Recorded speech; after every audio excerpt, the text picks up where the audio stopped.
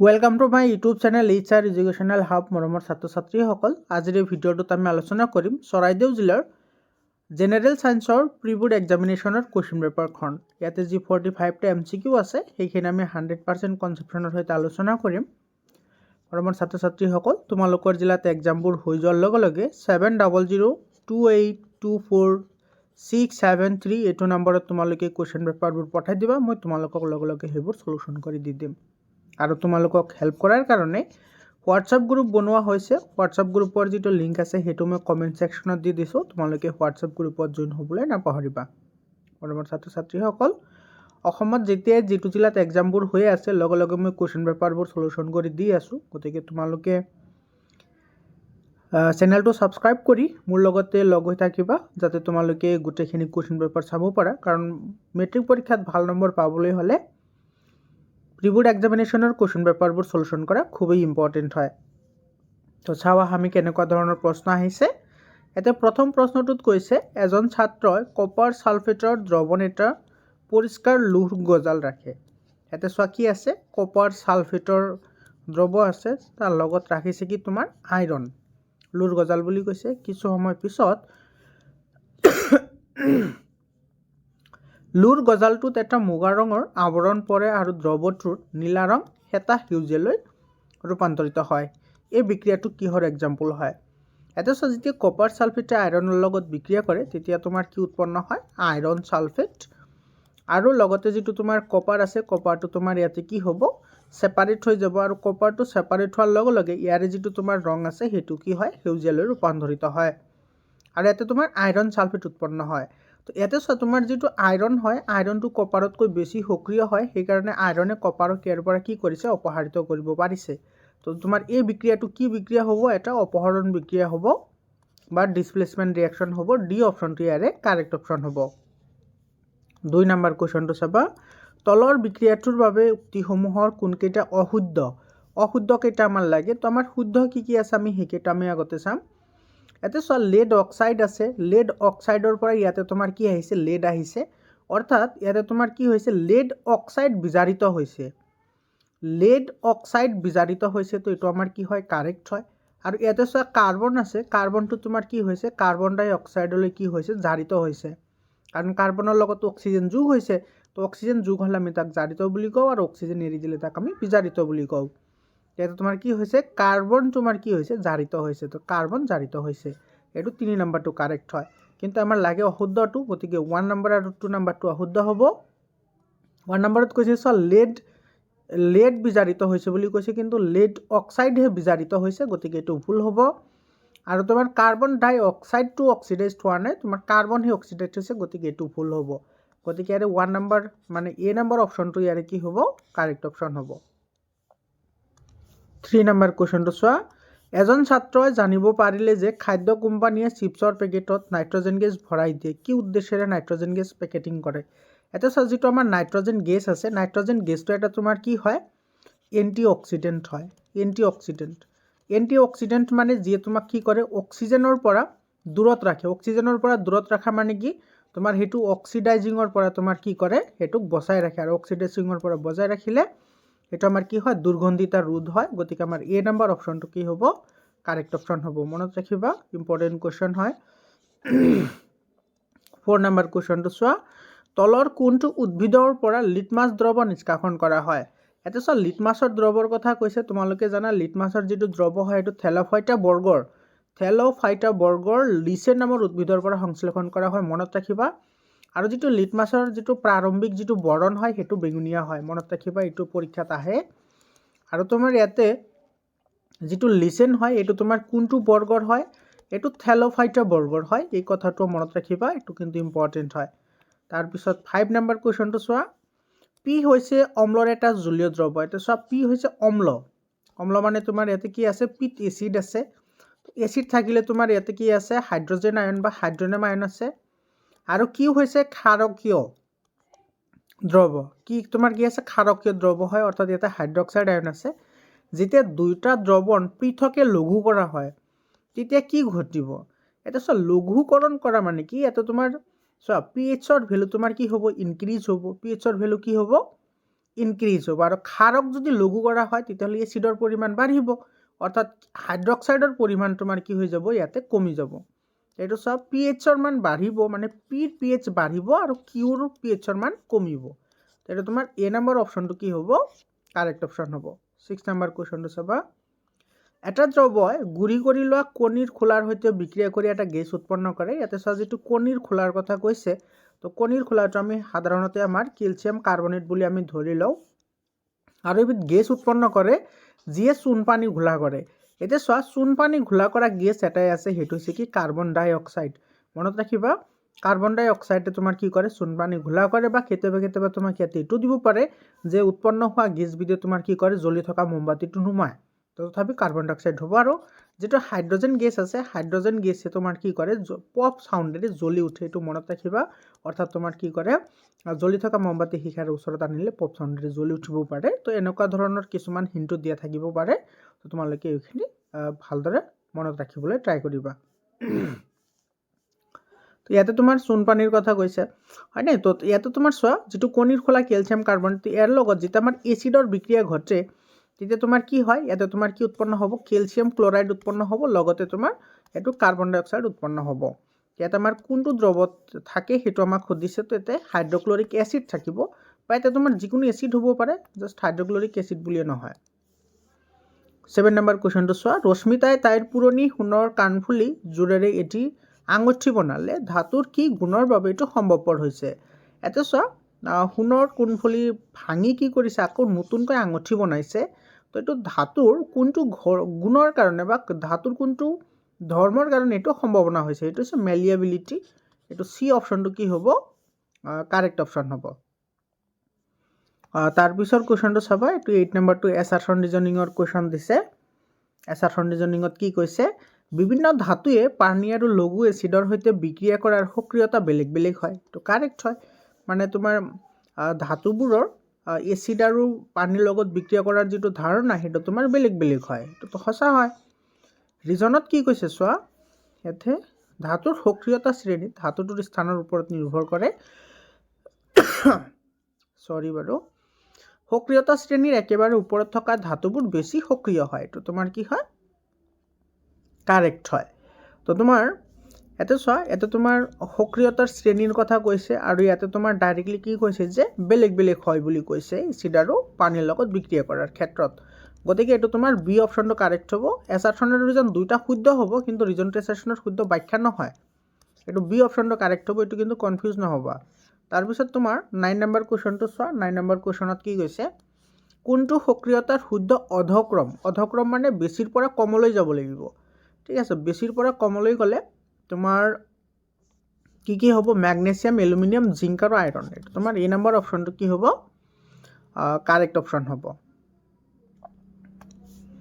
তাৰপিছৰ কুৱেশ্যনটো চোৱা, এইটো 10 নম্বৰ কুৱেশ্যনটো, এইটো একেবাৰে চিম্পল কুৱেশ্যন হয়, তোমাৰ কাৰ্যকৰী মূলকৰ ওপৰত কুৱেশ্যন দিছে।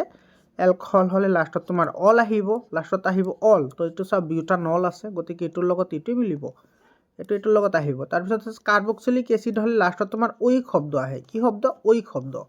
ইয়াতে চোৱা ঐক শব্দ আছে, পেণ্টানয়িক এচিড আছে। এলডিহাইড হ'লে এল আহিব, এইটো 2 নম্বৰ লগত মিলিব। কিটন হ'লে নন আহিব, এইটো তোমাৰ এইটোৰ লগত আছে, অৰ্থাৎ A2 1ত আহিব, তাৰপিছত আহিব তোমাৰ B2 4, B4, তাৰপিছত আহিব C2 আৰু আহিব D3। এইটো তোমাৰ এ নম্বৰ অপশ্যনটো কি হ'ব, কাৰেক্ট অপশ্যন হ'ব। 11 নম্বৰ কুৱেশ্যনটো চাবা। ৰাসায়নিক বিক্ৰিয়াটোত ইথানলক পটাছিয়াম ডাইক্ৰমেট আৰু ছালফিউৰিক এচিড ব্যৱহাৰ কৰি জাৰিত কৰা হৈছে। কোনটো বিকল্পই বিক্ৰিয়াজাত পদাৰ্থ এক্সক প্ৰতিনিধিত্ব কৰে? এতিয়া জাৰিত কৰা মানে কি হয়, তোমাৰ অক্সিজেন যোগ হোৱা। আৰু যেতিয়া তোমাৰ এলকহলৰ লগত অক্সিজেন যোগ হয়, এইটো তোমালোকে পাইছাই, এলকহলৰ লগত অক্সিজেন যোগ হ'লে এইটো তোমাৰ কি হয়, কাৰ্বক্সিলিক গ্ৰুপলৈ পৰিৱৰ্তন হয়। কাৰ্বক্সিলিক গ্ৰুপলৈ কি হয়, পৰিৱৰ্তন হয়, যাক আমি কি বুলি কওঁ, এইটো হাইড্ৰকাৰ্বনৰ জাৰণ বিক্ৰিয়া বুলি কওঁ, হাইড্ৰকাৰ্বনৰ জাৰণ। তো ইয়াতে তোমাৰ চোৱা, কাৰ্বক্সিলিক গ্ৰুপ মানে কি, তোমাৰ লাষ্টত তোমাৰ COOH গ্ৰুপ আহিব, আৰু COOH গ্ৰুপ এটা অপশ্যনতে আছে, ডি অপশ্যনটো কাৰেক্ট হ'ব। এইটোৰ নাম হৈছে তোমাৰ ইথানয়িক এচিড। এইটো ইথানল হয়। ইথানল যেতিয়া তোমাৰ পটাছিয়াম ডাইক্ৰমেট নাইবা ছালফিউৰিক এচিডৰ লগত ৰিয়েকশ্যন কৰিব, তেতিয়া তোমাৰ ইথানয়িক এচিডলৈ ৰূপান্তৰিত হ'ব। এইটো তোমাৰ ডি অপশ্যনটো কি হ'ব, কাৰেক্ট অপশ্যন হ'ব। এইবোৰ কথা কিন্তু মনত ৰাখিবা। আৰু ইয়াতে মনত ৰাখিবা এইটো তোমাৰ কি ইউজ কৰা হয়, ইয়াতে অনুঘটক হিচাপে ইউজ কৰা হয়, এই কথাটো মনত ৰাখিবা, এইটো কিন্তু পৰীক্ষাত আহে। 12 নম্বৰ কুৱেশ্যনটো চাওক, বিউটেন অণুত কেইটা তোমাৰ সহযোজী বন্ধনী আছে? বিউটেনৰ কথা কৈছে, তো বিউট মানে 4, তো 4টা কাৰ্বন দিয়া, তো 4টা কাৰ্বন, এতিয়া তুমি বেলেঞ্চ কমপ্লিট কৰা ইয়াৰে, তো তুমি বাউণ্ড পাই যাবা। ইয়াতে তোমাৰ ইয়াতে হাইড্ৰজেন আহিব গোটেইকেইটাত, এইটো হাইড্ৰজেন আহিব গোটেইকেইটাত, তো 1 2 3 4 5 6 7 8 9 10 11 12 13, 13টা আছে। তো চি অপশ্যনটো কি হ'ব? কাৰেক্ট অপশ্যন হ'ব। তাৰপিছত চাব 13 নম্বৰ কুৱেশ্যনটোত কি কৈছে চোৱা, এটা মৌলৰ এক্সৰ পাৰমাণৱিক সংখ্যা 17, আচ্ছা এক্সৰ তোমাৰ দিছে 17, তো ইয়াৰে ইলেক্ট্ৰনিক কনফিগাৰেশ্যন হ'ব 287। 287 হ'লে ইয়াৰে তোমাৰ বেলেঞ্চ আছে 1, আৰু তোমাৰ ইয়াতে চোৱা এনেকুৱা ধৰণৰ যিবোৰ প্ৰশ্ন আছে, মই হাফ ইয়াৰলি এক্সামিনেশ্যনত মই 1000বাৰ কৈছোঁ যে এইবোৰ প্ৰশ্ন কিন্তু বহুত ইম্পৰ্টেণ্ট হয়, আৰু এইবাৰ মেট্ৰিক পৰীক্ষাতো এনেকুৱা ধৰণৰ প্ৰশ্ন কিন্তু অহাৰ বহুতে চান্স আছে। তো ইয়াতে তোমাৰ বৰ্গ আৰু পৰ্যায় নিৰ্ণয় কৰিবলৈ দিছে। চোৱা, বৰ্গ নিৰ্ণয় কৰিবলৈ হ'লে সদায় তুমি কি চাব লাগে? কক্ষৰ সংখ্যা চাব লাগে। যেনেকুৱা ইয়াতে 17 আছে, গতিকে 287 হ'ব ইয়াৰ ইলেক্ট্ৰনিক কনফিগাৰেশ্যন। ইয়াতে 3টা কক্ষ আছে, তো 3 নম্বৰ পৰ্যায়ত যাব, পৰ্যায় হ'ব 3, গতিকে ডি আৰু এইটো এনেই কেঞ্চেল হৈ গ'ল, কাৰণ পৰ্যায় তোমাৰ 2 2 আছে। আৰু ইয়াতে চোৱা, তোমাৰ বেলেঞ্চ ইয়াতে 1 আছে, আৰু তোমাৰ ইয়াতে যিটো 17ৰ কথা কৈছে এইটো ক্লৰিনৰ কথা কৈছে, কাৰণ এটমিক নাম্বাৰ ক্লৰিনৰ হয় 17, আৰু 17 এটা তোমাৰ যিটো ক্লৰিন হয় সেইটো তোমাৰ কি হয়? নন মেটেল হয়। আৰু যদি নন মেটেল হয় তেতিয়াহ'লে তুমি পৰ্যাবৃত্ত তালিকাৰ বাওঁফালৰ পৰা সোঁফালে চাব লাগে, মানে 18 17, তাৰপিছত 16 15 14, এইটো হ'ব 0 1 2 3 4, এনেকৈ আহে তোমাৰ যোজ্যতাবোৰ। গতিকে 0 এইটো তোমাৰ 18 নম্বৰ বৰ্গ, হেল'জেন বৰ্গ, তাৰপিছত আহিব 17, চ' এইটো 1 আছে, ক্লৰিনৰ যিটো বেলেঞ্চ এইটো 1 আছে, গতিকে এইটো 17 বৰ্গত আহিব, আৰু 3 নম্বৰ পৰ্যায়ত আহিব। বি অপশ্যনটো কি হ'ব? কাৰেক্ট অপশ্যন হ'ব। বুজি পালানে? বহুত ইম্পৰ্টেণ্ট হয় এইখিনি ডিছকাশ্যন, তোমালোকে মনত ৰাখিবলৈ ট্ৰাই কৰিবা। তাৰপিছত 14 নম্বৰ চোৱা, তলৰ কোনটো মৌললৈকে নিউলেন্সৰ অষ্টসূত্ৰ প্ৰযোজ্য আছিল? এইটো কেলছিয়ামলৈকে প্ৰযোজ্য আছিল। বি অপশ্যনটো কাৰেক্ট হ'ব। 15 নম্বৰ কুৱেশ্যনটো চোৱা, মৌল এক্সে HCl2 সংকেতৰ ক্লৰাইড গঠন কৰে, উচ্চ গলনাংক গোটা পদাৰ্থ হয়, এক্স কোনটোৰ সৈতে এটা বৰ্গতে থকাৰ সম্ভাৱনা আটাইতকৈ বেছি আছে? এটা চোৱা, আমাৰ যিটো মৌল দিছে HCl2, মানে ইয়াতে যিটো তোমাৰ এক্স মৌল আছে সেইটোৰ বেলেঞ্চি 2 আছে, সেইটোৰ বেলেঞ্চি তোমাৰ কিমান আছে? 2। এতিয়া তোমাৰ চোৱা, এইটো তোমালোকে ক্লাছ 9ত পঢ়ি আহিছা, যেনেকুৱা তোমাৰ এক্স আৰু চিএল আছে, এক্সৰ বেলেঞ্চি 2 হয়, চিএলৰ 1 হয়, এইটোৰ বেলেঞ্চি এইটোৱে ল'ব, এইটোৰ বেলেঞ্চি এইটোৱে ল'ব, 9ত পঢ়ি আহিছা তোমালোকে। ইয়াতে যিটো এক্স যিটো আমাৰ মৌল আছে সেইটোৰ বেলেঞ্চি কিমান আছে? 2 আছে। এতিয়া তুমি চাব লাগে যে ইয়াতে কোনটো মৌলৰ বেলেঞ্চি 2 হয়, যিটো 2 হয় সেইটো এটা বৰ্গতে থাকিব, কাৰণ বৰ্গত থাকিবলৈ হ'লে তোমাৰ যোজ্যতা চেম হ'ব লাগে, আৰু যদি কক্ষৰ সংখ্যা একে হয় তেতিয়াহ'লে এটা পৰ্যায়তে থাকে। মনত ৰাখিবা, এই কথাখিনি বাৰে বাৰে কৈ আছোঁ মই, ইম্পৰ্টেণ্ট হয়। ছ'ডিয়ামৰ বেলেঞ্চি 1 হয়, ছ'ডিয়ামৰ বেলেঞ্চি 1, মেগনেছিয়ামৰ বেলেঞ্চি 2, এলুমিনিয়ামৰ 3 হয়, চিলিকনৰ 4 হয়। এটা তোমাৰ চোৱা 2 নম্বৰটো মেগনেছিয়াম হ'ব, ইয়াৰে শুদ্ধ উত্তৰ, মেগনেছিয়াম শুদ্ধ উত্তৰ হ'ব, এইটো তোমাৰ বি অপশ্যনটো কাৰেক্ট অপশ্যন হ'ব। তাৰপিছত 16 নম্বৰ কুৱেশ্যনটো চাবা, 16 নম্বৰ কুৱেশ্যনটোত তোমাৰ কি কৈছে ইয়াতে, এখন গাড়ী চালকে তেওঁৰ গাড়ীৰ পিছফালে দৃশ্য চাবলৈ উত্তল দাপোন ব্যৱহাৰ কৰিছে। দাপোনখনৰ ফ'কাছ দৈৰ্ঘ্য 15 চেণ্টিমিটাৰ। চালকে আন এখন গাড়ীৰ দাপোনৰ পৰা 30 চেণ্টিমিটাৰ দূৰত দেখা পাইছে। দাপোনখনে সৃষ্টি কৰা প্ৰতিবিম্বৰ প্ৰকৃতি কি হ'ব? অসৎ হ'ব আৰু থিয় হ'ব। উত্তল দাপোনে সদায় অসৎ আৰু থিয় প্ৰতিবিম্ব গঠন কৰে। এইটো ডি অপশ্যনটো কাৰেক্ট অপশ্যন হয়।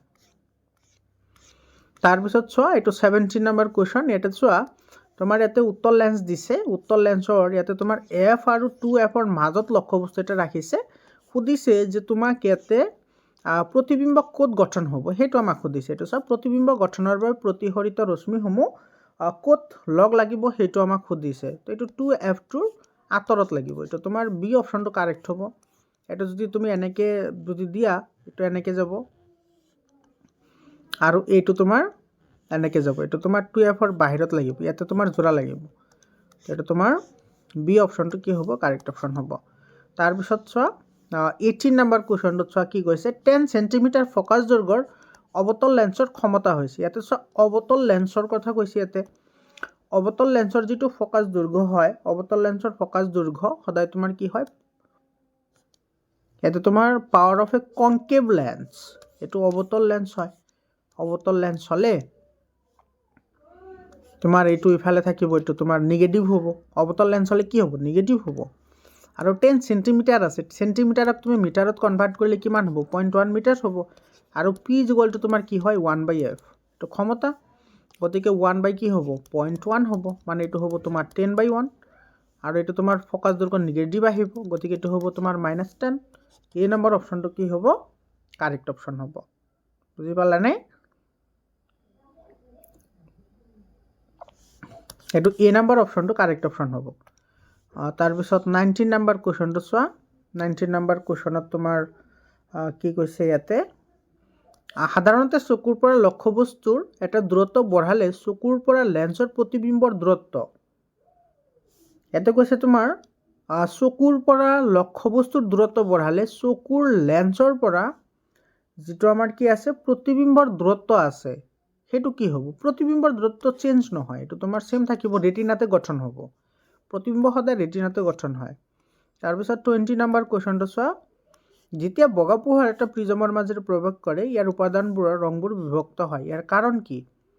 ইয়াৰে কাৰণ সুধিছে আমাৰ, তো ইয়াৰে তোমাৰ তৰংগ দৈৰ্ঘ্য তোমাৰ কি হয়? বেলেগ বেলেগ হয়। এ নম্বৰ অপশ্যনটো কি হ'ব? কাৰেক্ট অপশ্যন হ'ব। 21 নম্বৰ চোৱা। এছাৰশ্যন ৰিজনিঙৰ কুৱেশ্যন দিছে। পানীৰ টোপালত সূৰ্যৰ পোহৰৰ বিচ্ছুৰণ প্ৰতিসৰণ আৰু আভ্যন্তৰীণ পূৰ্ণ প্ৰতিফলনৰ বাবে ৰামধেনুৰ সৃষ্টি হয়। কাৰেক্ট হয়। প্ৰাথমিক ৰামধেনু বিভজুৰ ক্ৰমত ৰং দেখুৱায়। এইটো বিভজুৰ বুলি কৈছে ইয়াতে, এইটোতো ভুল হ'ব, কাৰণ এইটো তোমাৰ বিভজিউৰহে আছিল, এইটো ৱাইটো নাই ইয়াতে, ৱাই দিয়া নাই, ৱাই এটা আহিব। আচ্ছা, ইয়াতে তোমাৰ ইংৰাজীত দিয়া আছেচোন, বিভজিউৰ অৰ্ডাৰত থাকে, এইটোতো কাৰেক্ট হয়। দুটা কাৰেক্ট হ'ব, দুটা কি হ'ব? কাৰেক্ট হ'ব। কিন্তু তোমাৰ ইয়াতে কালাৰৰ কথা কৈছে আৰু ইয়াতে কৈছে তোমাৰ পৰিঘটনাৰ কথা, তো তোমাৰ দুটা শুদ্ধ হ'ব, কিন্তু এটা আনটোক কি নকৰে? শুদ্ধ তোমাৰ ব্যাখ্যা নকৰে। ইয়াতে তোমাৰ এইটো বি অপশ্যনটো কি হ'ব? কাৰেক্ট অপশ্যন হ'ব। তাৰপিছৰ কুৱেশ্যনটো চাবা। 22 নম্বৰ কুৱেশ্যনটোত কি কৈছে? এজন ছাত্ৰই লক্ষ্য কৰে যে দুটা একেধৰণৰ 6 ভোল্ট বেটাৰীৰ সৈতে শ্ৰেণীবদ্ধভাৱে সংযোগ কৰা হয়। দুটা বাল্ব কম উজ্জ্বলতাৰে জ্বলে। যেতিয়া সমান্তৰালভাৱে সংযোগ কৰা হয়, দুটা বাল্ব উজ্জ্বলভাৱে জ্বলে। ইয়াৰ পৰা কি সিদ্ধান্ত ল'ব পাৰি? এইটো আমাক সুধিছে। ইয়াতে তোমাৰ 6 ভোল্টৰ বেটাৰীৰ লগত সংযোগ কৰিলে দুটা বাল্ব কম উজ্জ্বলতাৰে জ্বলে। আৰু তোমাৰ কৈছে সমান্তৰালভাৱে সংযোগ কৰা দুটাই তোমাৰ তো শ্ৰেণীবদ্ধ সজ্জাত ৰোধৰ পৰিমাণ বেছি হয় আৰু সমান্তৰাল সজ্জাত ৰোধৰ পৰিমাণ কম হয়। সেইকাৰণে তোমাৰ শ্ৰেণীবদ্ধ সজ্জাত তোমাৰ সেইটো কমকৈ জ্বলে আৰু তোমাৰ সমান্তৰালত বেছিকৈ জ্বলে। তো এ আৰু বি দুটা শুদ্ধ হ'ব। তো চি অপশ্যনটো কি হ'ব? কাৰেক্ট অপশ্যন হ'ব।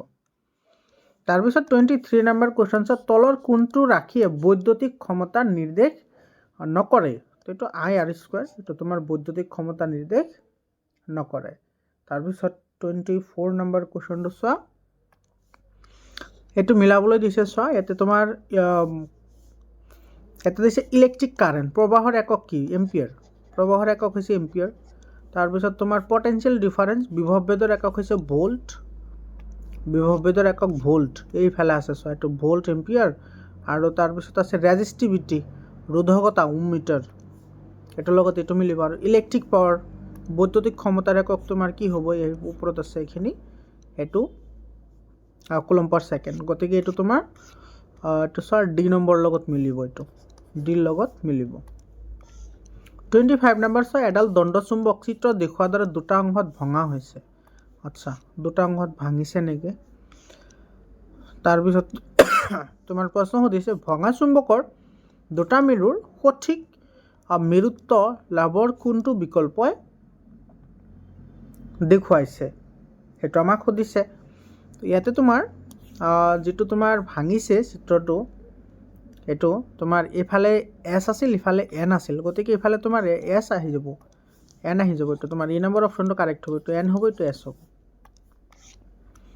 26 নম্বৰ কুৱেশ্যনটো চোৱা। 26 নম্বৰ কুৱেশ্যনত তোমাৰ কি কৈছে? ফ্লেমিঙৰ বাওঁহতীয়া নিয়মত চুম্বকীয় বল আৰু প্ৰবাহৰ দিশ পৰস্পৰ লম্বভাৱে থাকে, এইটো কাৰেক্ট হয়। আৰু তোমাৰ ৰিজনত কি কৈছে? চোৱা, ফ্লেমিঙৰ বাওঁহতীয়া নিয়ম প্ৰয়োগ কৰি আমি আবিষ্ট প্ৰবাহ জুখিব পাৰি, সেইটো আমাক কৈছে। তো ইয়াৰে তোমাৰ আবিষ্ট প্ৰবাহৰ দিশ আমাৰ যদি জুখিব লাগে তেতিয়াহ'লে ফ্লেমিঙৰ বাওহতীয়া নীতি এপ্লাই নহয়, সোঁহতীয়া নীতিহে এপ্লাই হয়। গতিকে চি অপশ্যনটো কাৰেক্ট হ'ব। এ ট্ৰু হ'ব বাট আৰটো কি হ'ব, ফলছ হ'ব। 27 নম্বৰ কুৱেশ্যনটো চোৱা। ইয়াতে তোমাৰ কি কৈছে, তামৰ তাৰৰ আয়তাকাৰ কুণ্ডলী এটাক চুম্বক ক্ষেত্ৰখনত ঘূৰোৱা হৈছে, আবিষ্ট প্ৰবাহৰ দিশ প্ৰতি আধা ভাগত তোমাৰ কি হয়, চেঞ্জ হয়। এইটো চি অপশ্যনটো কি হ'ব, কাৰেক্ট অপশ্যন হ'ব। 28 নম্বৰ কুৱেশ্যনটো চোৱা। ইয়াতে কি কৈছে, তলৰ কোনটো সৌৰ শক্তিৰ পৰা আহৰণ কৰা নহয়, সৌৰ শক্তিৰ পৰা আহৰণ কৰা নহয়। তো এটাই হ'ব, এইটো তোমাৰ নিউক্লিয় শক্তি। তো কেৱল 3 হ'ব, এইটো কেৱল 3 ক'ত আছে, কেৱল 3 নাই ইয়াতে। 1 and 3 ভূতাপীয় শক্তি, আচ্ছা জিঅ' থাৰ্মেল এনাৰ্জি। তো 1 নম্বৰ আৰু 3 নম্বৰ বুলি কৈছে, তো বি অপশ্যনৰ লগত যাব লাগিব আমি। ভূতাপীয় শক্তিটো তোমাৰ এনাৰ্জি হয়, ইউজ হয়, যদি হওক অপশ্যন মতে আমি যাব লাগিব। তো বি অপশ্যনটো কি হ'ব, কাৰেক্ট অপশ্যন হ'ব। 29 নম্বৰ কুৱেশ্যনটো চোৱা। এটা জলবিদ্যুৎ কেন্দ্ৰৰ তলত দিয়া শক্তি ৰূপান্তৰ প্ৰক্ৰিয়াটো চিনাক্তকৰণ কৰা। ইয়াতে জলবিদ্যুৎ কেন্দ্ৰৰ কথা কৈছে। তো তোমাৰ পানীৰ হয় টাৰ্বাইন ঘূৰিব, জেনেৰেটৰ ঘূৰিব আৰু ইলেক্ট্ৰিচিটি প্ৰডিউচ হ'ব। এইটো কাৰেক্ট হ'ব আমাৰ। আচ্ছা, এইটো তোমাৰ শুদ্ধটো চিনাক্তকৰণ কৰিবলৈ দিছে। তো স্থিতি শক্তি, যান্ত্ৰিক শক্তি আৰু বৈদ্যুতিক শক্তি। স্থিতি শক্তি তোমাৰ পানীখিনি ওপৰত উঠোৱা হয়, স্থিতি শক্তি। তাৰপিছত মটৰ ঘূৰিব, যান্ত্ৰিক শক্তি আৰু বৈদ্যুতিক শক্তি। এই নম্বৰ অপশ্যনটো ইয়াৰে কাৰেক্ট হ'ব। তাৰপিছত 30 নম্বৰ কুৱেশ্যনটো এছাৰশ্যন ৰিজনিঙৰ কুৱেশ্যন দিছে চোৱা। খাদ্য শৃংখলত আমি উৎপাদনৰ পৰা শীৰ্ষ উপভোক্তালৈ যোৱাৰ লগে লগে ব্যক্তিৰ সংখ্যা কমি যায়। তো কাৰেক্ট হয়। তোমাৰ খাদ্য শৃংখল এটাত তলৰ পৰা ওপৰলৈ যিমান ওপৰত যাবা সিমানে তোমাৰ প্ৰাণীৰ সংখ্যা কমি আহিব। এইটো তোমালোকৰ যিটো শক্তি পিৰামিড আছে সেইটো চালি তোমালোকে ক'ব পাৰা। শক্তিৰ প্ৰতিটো পৌষ্টিক স্তৰত হেৰাই যায়, শক্তিৰ প্ৰতিটো পৌষ্টিক স্তৰত হেৰাই যায়। সেয়েহে উচ্চ স্তৰৰ জীৱসমূহৰ সমন্থন কৰিবলৈ কম শক্তি তোমাৰ কি হয়, উপলব্ধ হয়। এইটো কাৰেক্ট হয়। গতিকে এইটোত এছাৰশ্যন আৰু ৰিজন দুয়োটা শুদ্ধ হ'ব, লগতে ৰিজনটো এছাৰশ্যনৰ শুদ্ধ ব্যাখ্যা হ'ব। এই নম্বৰ অপশ্যনটো কাৰেক্ট অপশ্যন হ'ব। 31 নম্বৰ চোৱা। অত্যাধিক ব্যায়ামৰ সময়ত এজন ব্যক্তিয়ে কিছু সময়ৰ পিছত পেশীৰ হীৰামুৰি ধৰে। ইয়াৰ কাৰণ কি, কাৰণ লেক্টিক এচিড জমা হয়। তো এই নম্বৰ অপশ্যনটো কাৰেক্ট অপশ্যন হ'ব। আৰু তাৰপিছত তোমাৰ 32 নম্বৰ চোৱা। ইয়াতে কৈছে তলৰ কোনটো ভুল জোৰ। আচ্ছা, কোনটো ভুল হয় সেইটো আমাৰ লাগে। ইয়াতে তোমাৰ বায়ু ক্ষুদ্ৰ বেলুন বৃহৎ পৃষ্ঠকালি, এইটো কাৰেক্ট হয়। হিমোগ্লোবিনে অক্সিজেন পৰিবহন কৰে, কাৰেক্ট হয়। লৌহিকা, তেজৰ প্লাজমাতকৈ অধিক প্ৰটিন থাকে, এইটো তোমাৰ মিছা হয়। এইটো তোমাৰ কি হ'ব, কাৰেক্ট হ'ব। যিটো মিছা সেইটোৱে কাৰেক্ট হ'ব। আৰু জাইলেম পানী আৰু খনিজ পদাৰ্থ পৰিবহন কৰে, কাৰেক্ট হয়। লিম যিটো আছে সেইটো তোমাৰ তুলনামূলকভাৱে প্ৰটিন কম থাকে আৰু ইয়াত কোনো বৰণ নাথাকে, এইটো আমাৰ কাৰেক্ট হ'ব, কাৰণ এইটো ভুল আছে। ঠিক আছে। তাৰপিছত 33 নম্বৰ চোৱা। নিউৰনৰ মাজেদি বাৰ্তা কেনেদৰে প্ৰভাৱিত। প্ৰথমতে ডেনড্ৰাইট যাব, তাৰপিছত কুকডে একজন প্ৰান্তীয় স্নায়ু। এইটো তোমাৰ এই নম্বৰ অপশ্যনটো কি হ'ব, কাৰেক্ট অপশ্যন হ'ব। তাৰপিছত তোমাৰ 34 নম্বৰ কুৱেশ্যনটো চোৱা। পাইৰুভেট ভাঙি কাৰ্বন ডাই অক্সাইড, পানী আৰু শক্তি উৎপন্ন হোৱা বিক্ৰিয়াটো ক'ত সংঘটিত হয়। এইটো মাইটকণ্ড্ৰিয়াত সংঘটিত হয়। 35 নম্বৰ কুৱেশ্যনটো চাবা। এইটো বহুত ইম্পৰ্টেণ্ট হয়। কোনটো উদ্ভিদে হৰমনৰ কোষ বিভাজনত সহায় কৰে। এইটো চাইটোকাইনিন হ'ব। চাইটোকাইনিনে কোষ বিভাজনত সহায় কৰে। বাকীকেইটা মনত ৰাখিবা। অক্সিনে উদ্ভিদৰ বৃদ্ধিত সহায় কৰে, জিবাৰেলিনে তোমাৰ কাণ্ডৰ বৃদ্ধিত সহায় কৰে বা তোমাৰ কোষৰ আকাৰ ডাঙৰ কৰাত সহায় কৰে, আৰু এপচাইচিক এচিডে বৃদ্ধিত বাধা প্ৰদান কৰে। মনত ৰাখিবা, এইটো ইম্পৰ্টেণ্ট হয়। বৃদ্ধিত বাধা প্ৰদান কৰে। তাৰপিছত তোমাৰ পাত সৰি পৰাত সহায় কৰে, তাৰপিছত ফল পকাত সহায় কৰে, আৰু ফলবোৰ সৰি পৰাটো কি কৰে, সহায় কৰে। এইটো হৈছে এপচাইচিক এচিড। এই কথাখিনি মনত ৰাখিবা, ইম্পৰ্টেণ্ট হয়। 36 নম্বৰ কুৱেশ্যনটো চাবা। প্ৰতিধ্বনুৰ বাবে কোনটো শুদ্ধ নহয়। ইয়াতে শুদ্ধ নহয় বুলি কৈছে। স্নায়ুৰঞ্জুৰ সহায়ত মগজুলৈ বাৰ্তা প্ৰেৰণ হয়, এইটো কাৰেক্ট হয়। প্ৰতিধ্বনুৱে ৰিফ্লেক্সিভ আৰ্ক স্নায়ুৰজ্জুৰ সহায়ত মগজুলৈ যায়, নাই যে তোমাৰ প্ৰতিধ্বনুত মগজুৰ কোনো কি নাথাকে, ভূমিকা নাথাকে। স্নায়ুৰজ্জুৰ সহায়ত মগজুলৈ নাযায়, এইটো তোমাৰ ভুল হ'ব। যিটো ভুল হয় সেইটোৱে কাৰেক্ট হয়। তেতিয়া তোমাৰ এ নম্বৰ অপশ্যনটোৱে কাৰেক্ট হ'ব। প্ৰতিবধনু জীৱ জন্তুৰ দেহত বিষ খোৱা নাই। বহিস্নায়ু আৰু অন্তঃস্নায়ুৰ প্ৰতিবধনু লাগি থাকে, এইটো কাৰেক্ট হয়। গ্ৰাহক সম্পূৰ্ণ প্ৰথমে স্নায়ুৰঞ্জনলৈ প্ৰেৰণ কৰে, এইটো কাৰেক্ট হয়। তো আমাৰ এইটো এ নম্বৰ অপশ্যনটোৱে তোমাৰ মিষ্টেক আছে, এইটো ভুল হয়। তো যিটো ভুল হয় সেইটো আমাৰ শুদ্ধ হয়, কাৰণ সুধিছে আমাৰ ভুলটো। 37 নম্বৰটো মিলাবলৈ দিছে চোৱা। ফ্ৰেগমেণ্টেশ্যনটো হ'ব তোমাৰ স্পাইৰোগাইৰা হ'ব। তাৰপিছত তোমাৰ বাইনেৰী ফিছনটো হ'ব তোমাৰ ইফালে আছে তোমাৰ প্লেনেৰিয়া হ'ব। আৰু তাৰপিছত তোমাৰ পুনৰ জীৱনটো হ'ব প্লেনেৰিয়া। তাৰপিছত ৰাইজোপাছ হ'ব ৰেণুৰ উৎপত্তি। তো 4 টো চিত আহিব, 4 আহিব চিত, এইটো এটা অপশ্যনতে আছেচোন। 4 চিত আহিব, এইটো স্প'ৰ ফৰ্মেশ্যন ৰাইজোপাছ। তো এইটো আমাৰ বি অপশ্যনটো কি হ'ব, কাৰেক্ট অপশ্যন হ'ব। এইটো বি অপশ্যন কাৰেক্ট অপশ্যন হ'ব। 38 নম্বৰ চোৱা, মানুহৰ যোজন কোষ আৰু শুক্ৰাণুত ক্ৰমজমৰ সংখ্যাৰ অনুপাত। এতিয়া চোৱা, যোজন কোষত এটা থাকে আৰু শুক্ৰাণুত তোমাৰ ক্ৰমজমৰ অনুপাত সুধিছে, ক্ৰমজমৰ অনুপাত।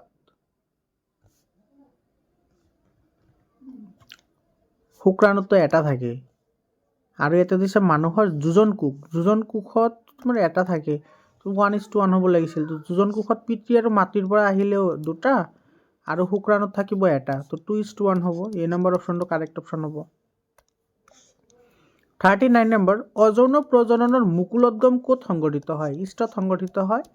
এইটো বি অপশ্যনটো কি হ'ব, কাৰেক্ট অপশ্যন হ'ব।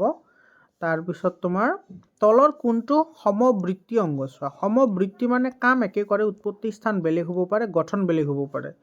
ইম্পৰ্টেণ্ট হয়, বহুত ইম্পৰ্টেণ্ট হয়। আৰু এটা আছে সমসংস্থ, মনত ৰাখিবা। সমসংস্থ মানে কি? সমসংস্থ এটা আছে অংগ। সমসংস্থ মানে তোমাৰ উৎপত্তি স্থান তোমাৰ একে হয়, উৎপত্তি স্থান একে, গঠন একে হয়, বাট কাম বেলেগ হয়। সেইবোৰক তোমাৰ কি বুলি কয়? সমসংস্থ অংগ বুলি কয়। আৰু যিটো সমবৃত্তি আছে, সম মানে সমান, বৃত্তি মানে কাম, মানে তোমাৰ গঠন বেলেগ হ'ব পাৰে, উৎপত্তি স্থান বেলেগ হ'ব পাৰে, বাট কি কৰিব লাগিব? কাম একে কৰিব লাগিব। সেইটোক তোমাৰ সমবৃত্তিক অংগ বুলি কয়। তো কপৌ আৰু তোমাৰ কি আছে আৰু বাদলিৰ পাখি, দুটা তোমাৰ উৰা কামত ব্যৱহৃত হয়। গতিকে এইটো আমাৰ শুদ্ধ উত্তৰ হ'ব, বাকীবোৰ নহয়। 41 নম্বৰটো চাবা, এছাথন ৰিজনিঙৰ কুৱেশ্যন হয়। সংৰক্ষণ পৰীক্ষাৰ বাবে মটৰ গছক আদৰ্শ গছ বুলি গণ্য কৰা হয়, কাৰেক্ট হয়। এতিয়া মটৰ মাহৰ গছক কিয় বাছনি কৰা হয়? মেণ্ডেলৰ যিটো এক সংকৰণ পৰীক্ষা আছে বা দ্বিসংকৰণ পৰীক্ষা আছে। মটৰ হৈছে স্বপৰাগযোগ কৰা উদ্ভিদ যাৰ আয়ুস চক্ৰ কম হয় আৰু দৃশ্যমান বিপৰীত বৈশিষ্ট্য থাকে, এইটো কাৰেক্ট হয়। গতিকে এছাথন ৰিজন দুইটা শুদ্ধ হ'ব, লগতে ৰিজনটেশ্যনৰ শুদ্ধ ব্যাখ্যাও হ'ব। তোমালোকে এই প্ৰশ্নটো কিন্তু মনত ৰাখিবা, কাৰণ তোমাৰ কেতিয়াবা পৰীক্ষাত ডাইৰেক্টলি এনেকুৱা প্ৰশ্ন আহে যে মেণ্ডেলে তোমাৰ মটৰ মাহৰ গছক কিয় বাছনি কৰিছিল। তো এইখিনি লিখি দিলে তোমাৰ এনচাৰ হৈ যাব। 2 মাৰ্কৰ কাৰণে প্ৰশ্ন আহে এইটো, ঠিক আছে, মনত ৰাখিবা। তাৰপিছৰ কুৱেশ্যনটো চোৱা, 42 নম্বৰ কুৱেশ্যনত কি কৈছে? পূৰ্বপুৰুষৰ চাৰিত্ৰিক বৈশিষ্ট্য চৰিত্ৰ বংশানুক্ৰমিক প্ৰবাহিত হোৱা নিৰ্ধাৰণ কৰা নিয়মবিলাকক আমি কি বুলি জানো? সেইটোক আমাৰ বংশগতি বুলি কোৱা হয়। চি অপশ্যনটো কাৰেক্ট হ'ব। 43 নম্বৰ কুৱেশ্যনটো চোৱা, তলৰ কোনটো সেউজগৃহ গেছ হয়? সেউজগৃহ কাৰ্বন ডাই অক্সাইড আৰু মিথেন, এ আৰু চি। তো ডি অপশ্যন কাৰেক্ট হ'ব, এ আৰু চি। বহনক্ষম উন্নয়নৰ মূল তাৎপৰ্য কি? বহনক্ষম উন্নয়ন ভৱিষ্যত প্ৰজন্মৰ বাবে প্ৰাকৃতিক সম্পদ সংৰক্ষণ কৰা, দ্ৰুত উন্নতিৰ বাবে উপলব্ধ সম্পদৰ শোষণ কৰা, এইটো নহয়, বৃদ্ধি কৰাও নহয়, এইটোৱে কাৰেক্ট হ'ব। এইটো এ নম্বৰ অপশ্যনটোৱে কাৰেক্ট অপশ্যন হ'ব। তাৰপিছত 45 নম্বৰ, বৃহৎ নদীবান্ধৰ পৰিণামসমূহ, মানে বেয়া গুণগুণ কি কি আছে? বৃহৎ নদীবান্ধৰ ফলত কি কি হয়? সেই অঞ্চলৰ স্থলচৰ জীৱ জন্তু গছ গছনি সম্পূৰ্ণৰূপে ধ্বংস হয়, কাৰেক্ট হয়। সেই অঞ্চলত বাস কৰা মানুহক স্থানান্তৰিত কৰা হয়, কাৰেক্ট হয়। মূল্যৱান খেতিপথাৰ সম্পূৰ্ণৰূপে ধ্বংস হয়, এইটো কাৰেক্ট হয়। তো তোমাৰ এইটো ইয়াৰ দ্বাৰা স্থায়ী নিয়োগৰ সূচনা হয়, এইটো মিছা হয়। তো তোমাৰ ইয়াতে এই প্ৰশ্নটোৰ অপশ্যন কেইটা অলপমান আছে। তোমাৰ এ, বি আৰু চি তিনিওটা কাৰেক্ট হয়, এটা ভুল হয়। তো তোমালোকে চাই ল'বা। এইখিনি আছিল 45টা MCQ। বৰ্তমান ছাত্ৰ ছাত্ৰীসকল, তোমালোকৰ যদি ছায়েন্সৰ ছ'চিয়েল ছায়েন্স আৰু এছামিছ এই তিনিটা ছাবজেক্টৰ যদি ই বুক লাগে তোমালোকে ই বুক ল'ব পাৰিবা। একেবাৰে কম দামতে ই বুকখিনি ল'ব পাৰিবা, য'ত তোমালোকে MCQ পাবা, ইনচাইট কুৱেশ্যন পাবা, লগতে 100% টেক্সচুৱেল এনচাৰ পাবা। তো তোমালোকে 100% নলেজ যদি ল'ব বিচৰা তেতিয়াহ'লে তোমালোকে চেপ্টাৰ ৱাইজো ল'ব পাৰা, আদাৰৱাইজ তোমালোকে ডাইৰেক্টলি বুক ৱাইজো ল'ব পাৰা। আৰু ইয়াতে যিখিনি তোমাৰ লং কুৱেশ্যন আছে, লং কুৱেশ্যনখিনি তোমালোকে প্ৰেক্টিচ কৰিবা, কাৰণ তোমালোকৰ মেট্ৰিক পৰীক্ষা ভাল ৰিজাল্ট এটা কৰাৰ কাৰণেই এইবোৰ প্ৰেক্টিচ কৰাটো খুবেই দৰকাৰী হয়। আৰু এনেকুৱা ধৰণৰ প্ৰশ্নই তোমালোকৰ পৰীক্ষাত আহিব। ইয়াতে চোৱা, কামৰূপ মেট্ৰ' জিলাৰ মানে অসমত যেতিয়াই যিটো জিলাত এক্সাম হৈ আছে লগে লগে মই সেইবোৰ সলিউশ্যন কৰি দি আছোঁ, গতিকে তোমালোকে সেইবোৰ প্ৰেক্টিচ কৰিবা। এইখিনি চোৱা, তোমালোকে স্ক্ৰীনশ্বট মাৰি ৰাখা, ভালদৰে প্ৰেক্টিচ কৰিবা কুৱেশ্যনখিনি। আৰু তোমালোকৰ জিলাত এক্সামবোৰ হৈ যোৱাৰ লগে লগে মই দিয়া ফোন নম্বৰত তোমালোকে কুৱেশ্যন পেপাৰবোৰ পঠাই দিবলৈ নাপাহৰিবা। কুৱেশ্যন পেপাৰবোৰ লগে লগে পঠাই দিবা। মৰমৰ ছাত্ৰ ছাত্ৰীসকল, তোমালোকে ৰৈ নাথাকিবা, যিমান পাৰা প্ৰি বোৰ্ড এক্সামিনেশ্যনৰ কুৱেশ্যন পেপাৰ সলিউশ্যন কৰা। তুমি যিমানে সলিউশ্যন কৰিবা সিমানেই তোমাৰ কনফিডেন্স বাঢ়িব আৰু তোমাৰ এক্সামটো ভাল হ'ব। আৰু তোমালোকে শ্বৰ্টকাট পদ্ধতি কেতিয়াও এপ্লাই নকৰিবা। শ্বৰ্টকাট পদ্ধতি এপ্লাই কৰিলে কিন্তু ৰিজাল্ট কেতিয়াও ভাল নহয়। এইবোৰ চোৱা, এনেকুৱা ধৰণৰ প্ৰশ্ন আহিছে। তো এইখিনি আছিল আজিৰ কাৰণে, এইখিনিয়ে। আকৌ লগ পাম বেলেগ এটা ভিডিঅ'লৈ। ধন্যবাদ।